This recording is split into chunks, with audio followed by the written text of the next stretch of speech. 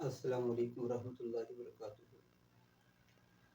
ایک مسلمان کے لیے جو چیز سب سے زیادہ نقصان دہ ہے، جو اس کے لیے خطرناک ہے، اس کے ایمان کے لیے، اس کے اعمال کے لیے، اس کی آخرت کے لیے، وہ تکبر ہے۔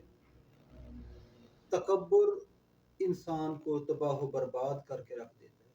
کہا جاتا ہے تکبر عزازیل را خوار کر، زندان لعنت گرفتار کر۔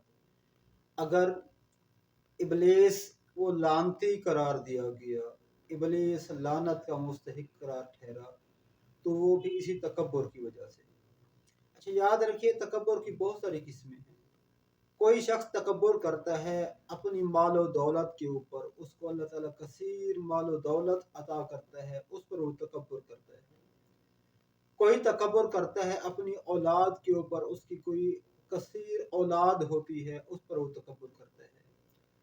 کوئی تکبر کرتا ہے اپنے عہدے اور اپنے اختیارات پر، کوئی تکبر کرتا ہے اپنے حسب اور نسب پر، کوئی تکبر کرتا ہے اپنے علم اور تقوی پر، کوئی تکبر کرتا ہے اپنی عبادت اور ریاضت کے اوپر۔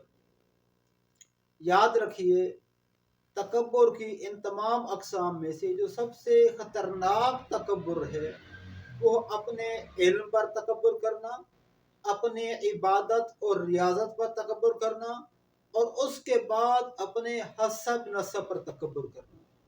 اگرچہ تکبر کی تمام صورتیں ہی خطرناک ہیں، مگر آخر ذکر تین صورتیں یہ سب سے زیادہ خطرناک ہیں۔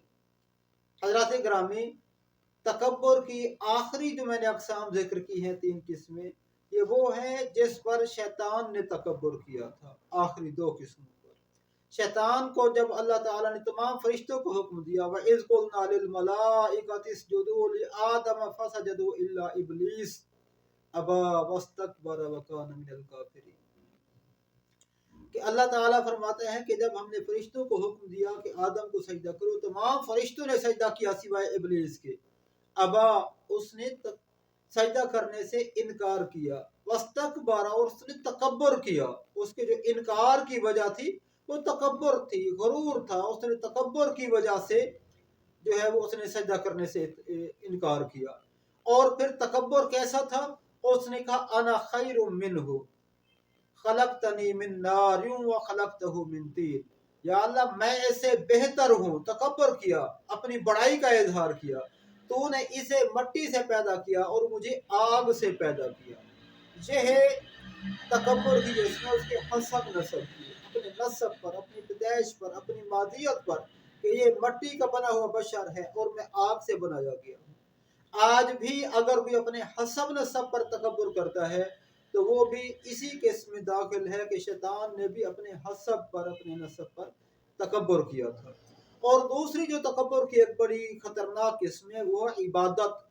شیطان کے انکار کی ایک وجہ یہ بھی تھی کہ میں اللہ کا اتنا عبادت گزار ہوں، اتنے عبادت کی ہے، ریاضت کی ہے، کہ میں جنات میں سے تھا، مگر اس کے باوجود میری عبادت سے خوش ہو کر اتنی عبادت تھی کہ اللہ نے مجھے فرشتوں کا سردار اور استاد بنا دیا۔ تو یہ ایک دوسری قسم تھی تکبر کی۔ تو آج بھی اگر کوئی اپنے حسب نسب پر تکبر کرتا ہے، یا کوئی شخص اپنی عبادت پر تکبر کرتا ہے، کوئی کسی کو اللہ نے نماز کی توفیق عطا کر دی اور وہ بے نمازی کو حقارت سے دیکھتا ہے، کوئی اگر شب زندہ دار ہے، تہجد پڑھتا ہے راتوں کو اٹھ کر، اور وہ تہجد نہ پڑھنے والوں کو حقارت سے دیکھنا ہے، اپنی عبادت پر، اپنے تقوی پر، اپنی پرہیزگاری پر تکبر کرتا ہے، یا کسی کو اللہ نے علم کی دولت عطا کر دی اور وہ اپنے علم پر تکبر کرتا ہے، تو یہ تینوں قسمیں، اپنے حسب نسب پر تکبر کرنا، اپنے علم پر تکبر کرنا اور اپنے عبادت پر تکبر کرنا، یہ تینوں قسمیں اپنی مال و دولت پر، اپنے عہدے پر، اپنی اولاد پر یا باقی کسی چیز پر تکبر کرنے سے بڑھ کر خطرناک ہیں۔ اور یہ شیطان کا آسان وار، لوگ اس کا شکار ہو جاتے ہیں۔